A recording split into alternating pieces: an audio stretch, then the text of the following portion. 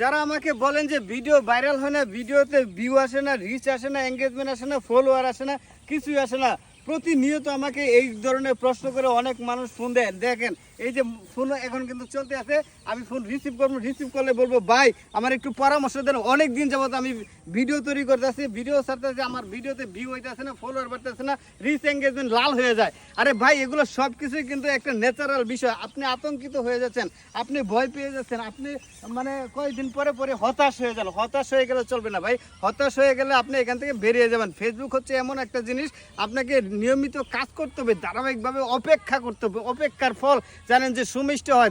দেখবেন যে যারাই ফেসবুকে সফলতা পেয়েছে তারা কিন্তু দীর্ঘদিন প্রচেষ্টার ফলে একটা সময় কিন্তু সফলতা অর্জন করছে। তারা কিন্তু এই ভেবে এখানে আসে না যে কারি টাকা ইনকাম করবো, আমি এখানে ভিডিও করতে আসছি বলেই কিন্তু টাকা দেবে, এরকম কিছু না।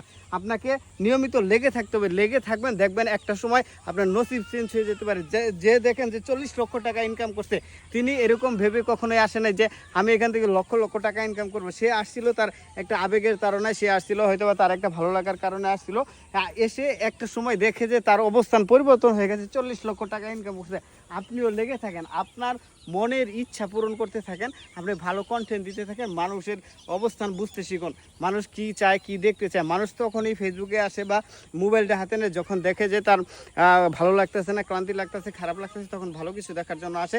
আর তখন যদি আপনার কাজগুলো, আপনার কথাগুলো ভালো লেগে যায়, তখনই কিন্তু আপনার সার্থকতা বা সফলতা আসবে। এর আগে কিন্তু সফলতা আসবে না। আর সেই দিনের জন্য আপনাকে অপেক্ষা করতে হবে। অপেক্ষার প্রহর জানেন যে মিষ্টি হয়। আর সেই অপেক্ষা আপনার সেই দিন পর্যন্ত করা লাগবে যেই দিন পর্যন্ত না আপনার ভিডিও ভাইরাল হচ্ছে, ভিডিও সাজেস্ট পরিচিত যাচ্ছে, ভিডিও মানুষের কাছে পৌঁছাইতেছে। ভিডিও এভাবেই তৈরি করতে থাকেন, দেখেন একটা সময় আপনার ভিডিওগুলো সবার কাছে চলে যাচ্ছে, আপনিও একটা সময় আপনার কাঙ্ক্ষিত স্থানে পৌঁছে যাচ্ছেন। দেখেন মানুষ কিন্তু একদিনে শিখে না, একবারে শিখে না। আপনি আস্তে ধীরে করতে থাকবেন, দেখবেন যে কি করলে মানুষ ভালো দেখতেছে, কি করলে মানুষের কাছে ভালো পৌঁছাইতেছে, কোন জিনিসটা কতটুকু দিলে মানুষের কাছে ভালো লাগতেছে।